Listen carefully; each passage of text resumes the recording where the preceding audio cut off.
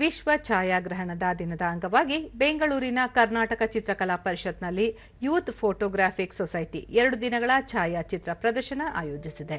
ಈ ಬಾರಿ ಪನೋರಮಾ ಪರಿಕಲ್ಪನೆ ಒಳಗೊಂಡ 84 ಸದಸ್ಯರ ಆಯ್ದ ಛಾಯಾಚಿತ್ರಗಳನ್ನು ಪ್ರದರ್ಶನಕ್ಕಿಡಲಾಗಿದ್ದು, ಛಾಯಾಚಿತ್ರ ಆಸಕ್ತರು ಅಪರೂಪದ ಛಾಯಾಚಿತ್ರಗಳನ್ನು ಕಣ್ತುಂಬಿಕೊಂಡರು.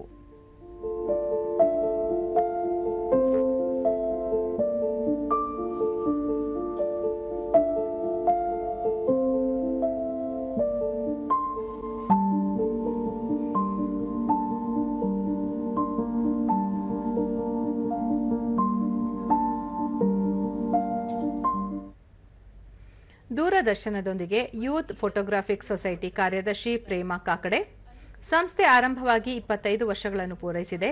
ದೇಶಾದ್ಯಂತ 1000ಕ್ಕೂ ಹೆಚ್ಚು ಜನ ಸದಸ್ಯರನ್ನು ಹೊಂದಿದೆ. ಛಾಯಾಚಿತ್ರ ತರಗತಿ, ತರಬೇತಿ, ವೆಬಿನಾರ್ಗಳ ಮೂಲಕ ಮಾರ್ಗದರ್ಶನ ನೀಡಲಾಗುತ್ತಿದೆ ಎಂದು ತಿಳಿಸಿದರು. ಮೆಂಬರ್ಸ್ ಆಗಿ ಆಮೇಲೆ ಈ ಫೋಟೋಗ್ರಫಿ ಅನ್ನೋದು ಕಲೆನ ಕಲಿಬೇಕು ಅಂತ ಐ ಅಪೀಲ್ ಟು ಎವ್ರಿವನ್. ಸದಸ್ಯ ರಾಕೇಶ್ ಛಾಯಾಚಿತ್ರ ಕ್ಷೇತ್ರದಲ್ಲಿನ ತಮ್ಮ ಆಸಕ್ತಿಯನ್ನು ಸಂಘಟನೆ ಮೂಲಕ ಮತ್ತಷ್ಟು ಹೆಚ್ಚಿಸಿಕೊಳ್ಳುವ ಅವಕಾಶ ದೊರೆತಿದೆ ಎಂದರು. ಒಂದು ವರ್ಕ್ಶಾಪ್ ನಡೀತಿತ್ತು, ಅವಾಗ ನಾವು ಕ್ಲಿಕ್ ಮಾಡಿದ ಪಿಕ್ಚರ್ ಇದು 15 ಫೋಟೋ ಪನೋರಮಾ 15 ಇಮೇಜ್ನ ಸ್ಟ್ಯಾಕ್ ಮಾಡಿ ಈ ಪಿಕ್ಚರ್ನ ಮಾಡಿದ್ರು.